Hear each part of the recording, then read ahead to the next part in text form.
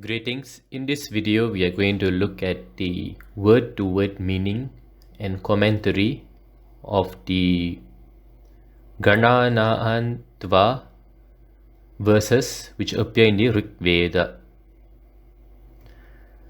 So before getting into the meanings, we have to understand the structure of the Vedas. Now, the Vedas do not have a singular dimension to their expression of meanings. They are multi-layered and everyone experiences the Vedas, the truth of the Vedas at different levels in accordance to their consciousness. So in this video, I would be just expressing as to what I can relate or experience when I get into oneness with this particular mantra. So as a brief introduction to Vedas, we have to understand that the Vedas are the cosmic truths which reverberate as the universe. So the entire universe is reverberating, and the truths, every truth, the eternal knowledge of the cosmos were downloaded in the form of mantras, sound energy which were heard, seen and experienced by various sages of the Vedic tradition. And whatever they heard were recited in its correct intonations and pronunciations, for the mantras themselves represent the geometry of the universe. And when they recited these mantras according to the correct intonation pronunciation meters, this is what gave rise to the Vedas. So the sage, the Rishi, who received and downloaded, who saw and heard this particular mantra is Kritsamada. So the sage, the Rishi, who received and downloaded, who saw and heard this particular mantra is Kritsamada.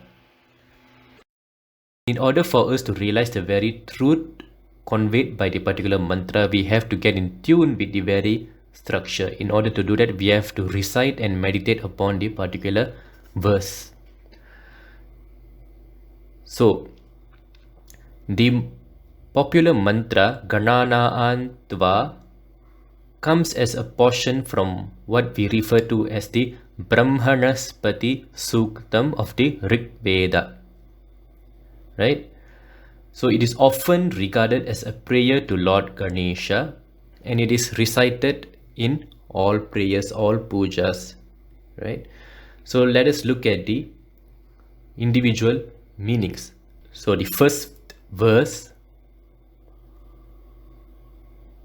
Gananaan tva ganapatigum havamahe kaving kavinam upamashravastamam.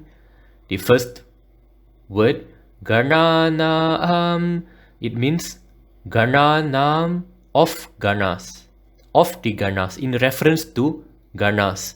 Gana refers to a group or collection of something. To crudely speak, it simply refers to a group, a collection of what? Of something. We can't specify it here. Tva, which means you. Ganapatim. Pati means Lord. So Ganapati means the Lord of the Ganas.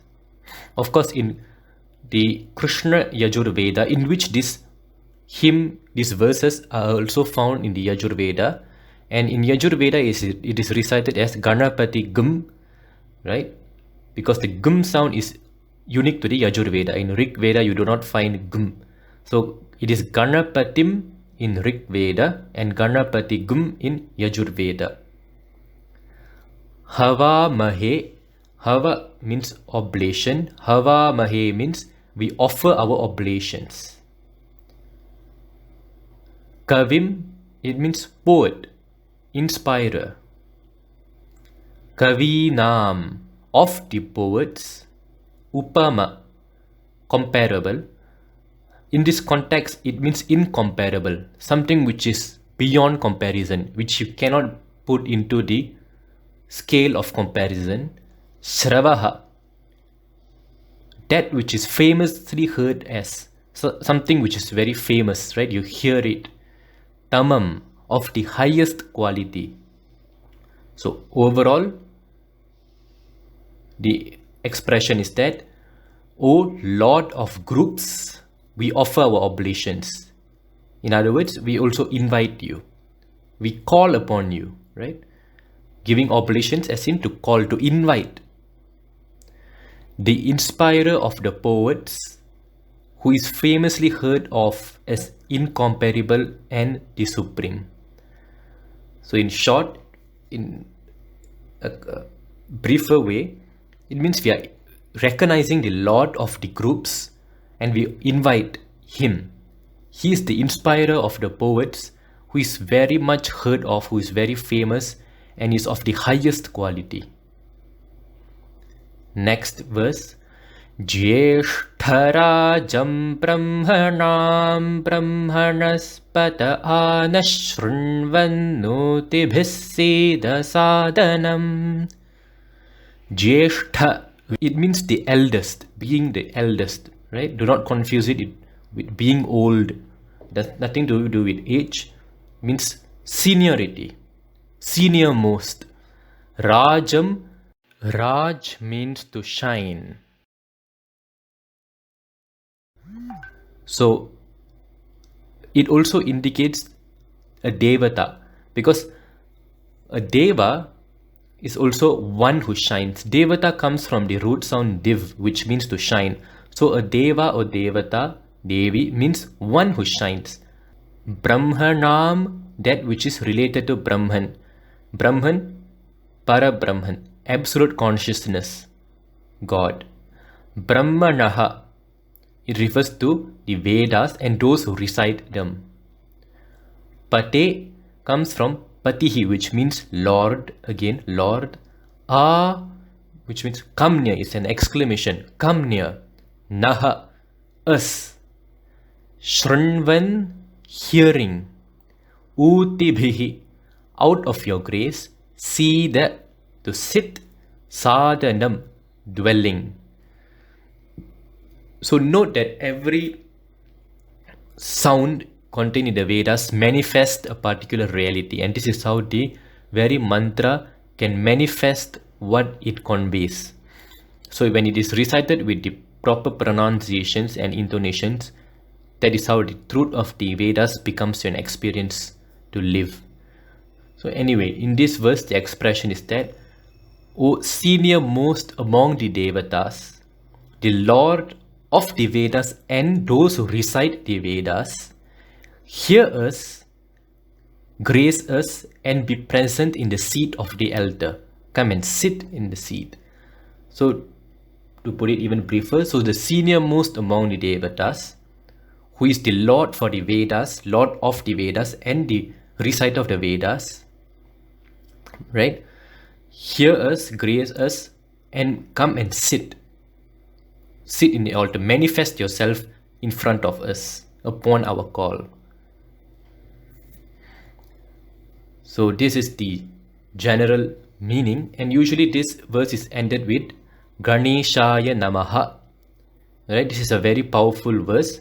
So Namaha comes from two sounds, Na, which means not, and Maha, which means me. So literally Namaha means not me. Now this, when we utter Namaha, the very sound itself disidentifies our true nature of Atma, of consciousness, from all the illusions. The illusions that we are an individual, that we are the body, we are the mind. The illusion that we are literally the mind and the body. So it breaks us from that illusions. Not me. This is not me. I am not the mind. I am not the body. I am not the karma. I am not whatever that I cognize myself to be. I am pure consciousness. I am God as everything else is God. I am consciousness as everything else is consciousness. I am not limited to anything. So when we utter Namaha, it empties us. Right? It brings the reminder that this is not me.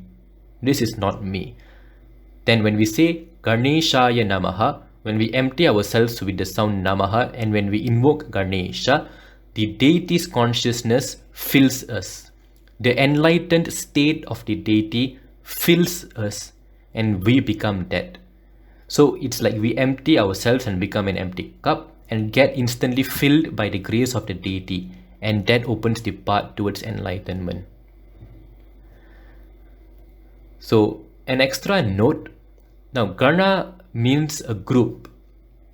So in this mantra, it refers to a group of sound-based knowledge, the Vedas themselves. The Vedas themselves are a group of sound structures, right? And which hold the eternal knowledge of the universe. Brahma in the Vedas also mean a mantra or a potent word, a potent sound. So the deity is the lord of all the mantras. And this deity is often commonly regarded as Lord Ganesha, right? So it varies with individuals. Some cognize Lord Brahmanaspati to be presiding deity of this mantra, right? It depends on experience, it depends on how people cognize it and what experience it gives to them.